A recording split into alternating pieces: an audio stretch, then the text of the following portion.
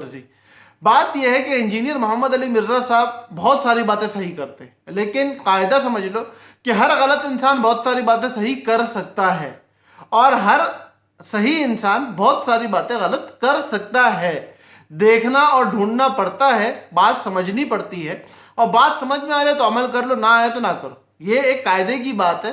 اب انجینئر صاحب کی بات سننے سے منع کیا جاتا ہے، میری بھی آپ کو یہی رائے ہے کہ ان کو نہ سنا جائے تو بہتر ہے عوام الناس کے لیے۔ علماء سنیں، کوئی حرج کی بات نہیں ہے، وہ لوگ کہ جن کو دینی سمجھ بوجھ ہے، جو لوگ دینی قواعد جانتے ہیں، دین کو سمجھتے ہیں اور دین سمجھنے والوں سے تعلقات رکھتے ہیں، وہ سنیں، کوئی حرج کی بات نہیں ہے۔ لیکن ایک بالکل عام انسان جس کا کسی سے بہت زیادہ تعارف انٹریکشن نہیں ہے، وہ نہ سنے تو بہتر ہے۔ اب یہ کیوں کہہ رہا ہوں کہ نہ سنے تو بہتر ہے؟ اس کی وجہ یہ ہے کہ دیکھو، صحابہ میں سے ہر ایک عادل ہے، الصحابۃ کلہم عدول، یہ اسلام کا متفقہ ضابطہ ہے اور تمام مسلمانوں کا اس پر اجماع ہے۔ جو مسلمان نہیں ان کا اجماع ہوگا بھی نہیں اس پہ، جو مسلمان ہیں ان سب کا اجماع ہے۔ تو اب جب ان سب کا اجماع اس پہ ہو گیا ہے کہ صحابہ سارے کے سارے عادل ہیں، تو اس وقت مشاجرات صحابہ کے بارے میں جب بات کی جاتی ہے تو بڑے بڑے علماء کی ٹانگیں کانپتی ہیں۔ وجہ اس کی یہ ہے کہ صحابہ میں سے کسی ایک کی تحقیر کر دینا، کسی ایک کی تنقیص کر دینا، کسی ایک پر تنقید کر دینا، کسی ایک کی شان میں گستاخی کر دینا ہمیں فاسق تو بنا ہی دیتی ہے، بعض اوقات اسلام سے بھی باہر نکال کے کھڑا کر دیتی ہے۔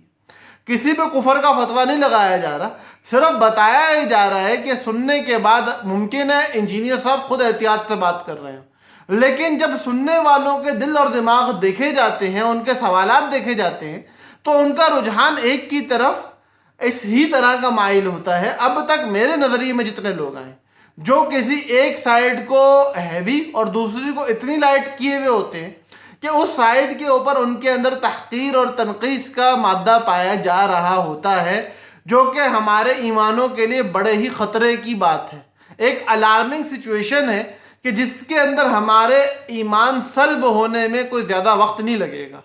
تو اس لیے اپنے ایمانوں کی سلامتی کے لیے کہ ہمیں صحابہ کی شان میں گستاخی جس راستے سے مل سکتی ہے اس راستے سے کوسوں دور بھاگنا ہے، خواہ وہ کوئی بھی راستہ ہو، خواہ وہ کسی بھی مسلک کا عالم ہو، شیعہ ہو، سنی ہو، دیوبندی ہو، بریلوی ہو، اہل حدیث ہو، جس بندے کے اندر صحابہ کی گستاخی کا مادہ پایا جا رہا ہوگا ہم اس سے دوری اختیار کر لیں گے، ہم اس سے دور رہیں گے، کیونکہ ہمارے نبی کی ہمیں یہی تعلیم ہے کہ جہاں میرے صحابہ کو برے الفاظ کے ساتھ ذکر میں لایا جا رہا ہو تم وہاں سے دور ہٹ جاؤ، اور ہمیں یہی کرنا ہے، پہلی بات۔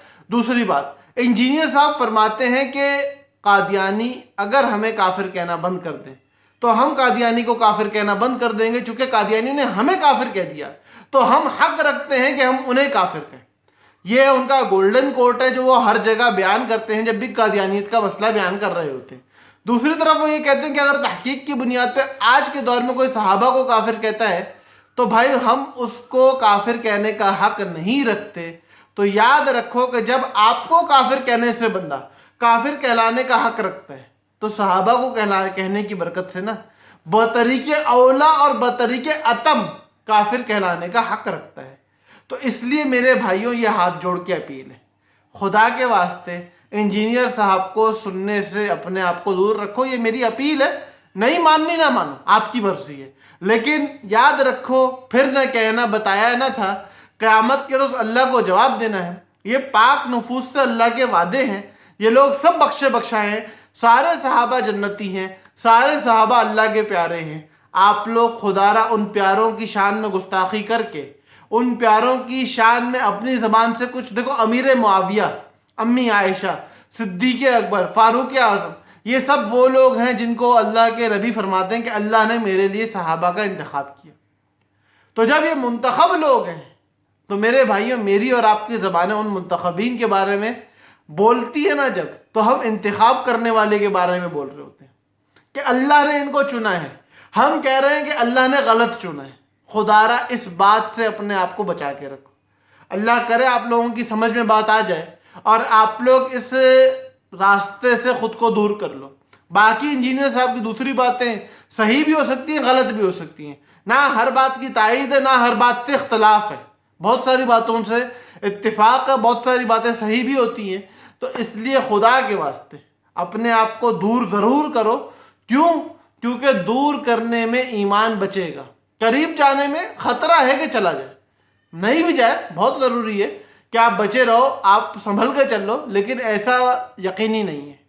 امید ہے اللہ پاک بات سمجھا دیں گے۔ اللہ پاک ہم سب کا حامی و ناصر ہو۔ السلام علیکم ورحمۃ اللہ وبرکاتہ۔